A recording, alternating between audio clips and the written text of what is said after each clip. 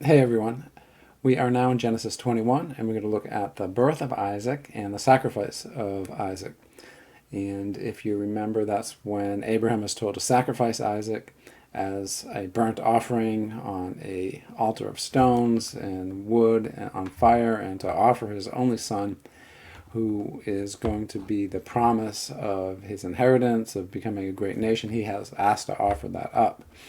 It's a test, and we'll see this in answer. Why is this in the Bible? Would God actually demand this of Abraham to prove his faith, or for some reason to show how much faith he has in God? But there's another way of looking at this. This is perhaps another ideological tale.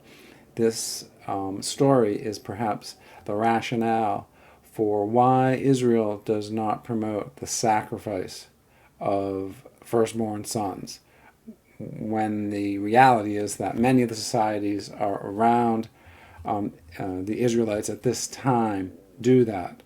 So we could look at that's really the purpose of this. This is to define, well, why don't we do this? And the answer is that, oh yes, Abraham had the faith to do this, and God asked him to do this, but it was only a test. God does not ask us to do this. So again, this is, I think, a step forward in ethics, that we're not going to be doing human sacrifices in the biblical tradition. Chapter 21 starts out with God being referred to as Lord, or Yahweh. And then the rest of the text in this chapter, most of it, is going to be using God as Elohim. So the idea is that the first Yahweh may be a carryover from chapter 20, but for most of the chapter it's Elohim. We see that Abraham and Abimelech together make an agreement, or a covenant. And this is an example in verse 27 of how the terminology of covenant really doesn't mean anything more than an agreement. And we sometimes tend to think of covenant as being some sort of a special arrangement, a divine human arrangement. But in the biblical text, it really just is another word for agreement.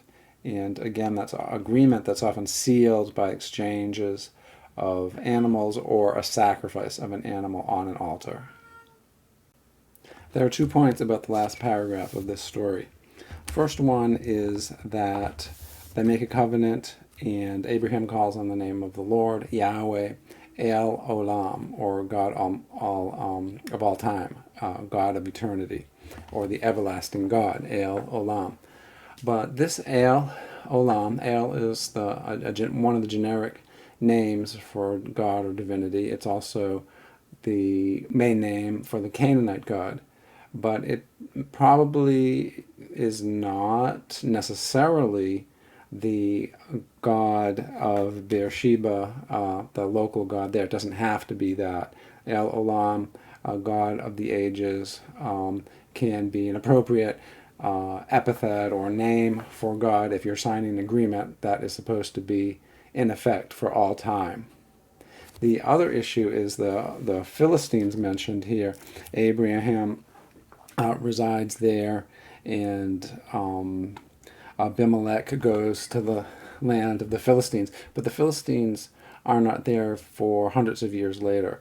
So we know that this text was probably written hundreds and hundreds of years after the alleged time of Abraham. This is an anachronism.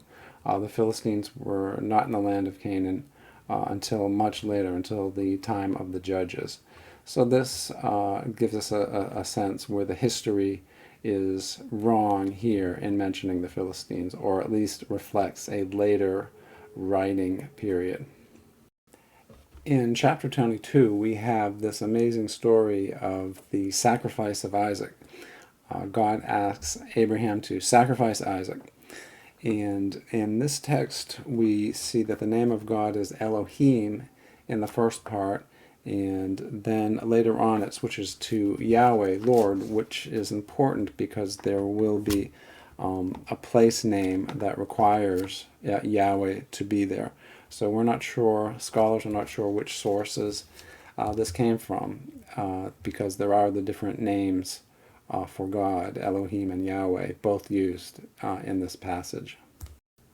So Yahweh miraculously sees the situation, and Abraham sees the ram there, and they sacrifice the ram.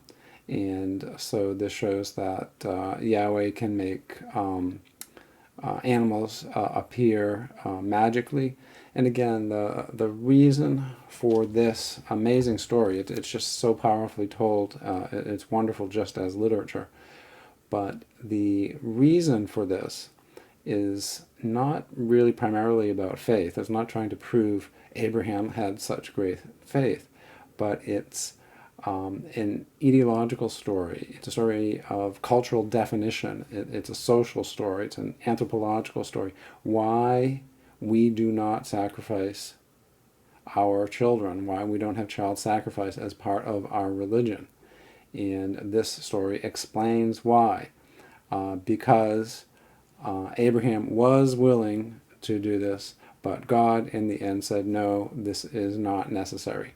So basically, here's a story. God is telling us it is not necessary to sacrifice your firstborn son, which did occur at the time.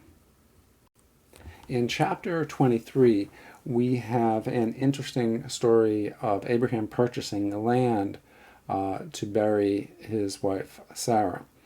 And in the third verse, it mentions the Hittites. That's really better translated the children of Heth.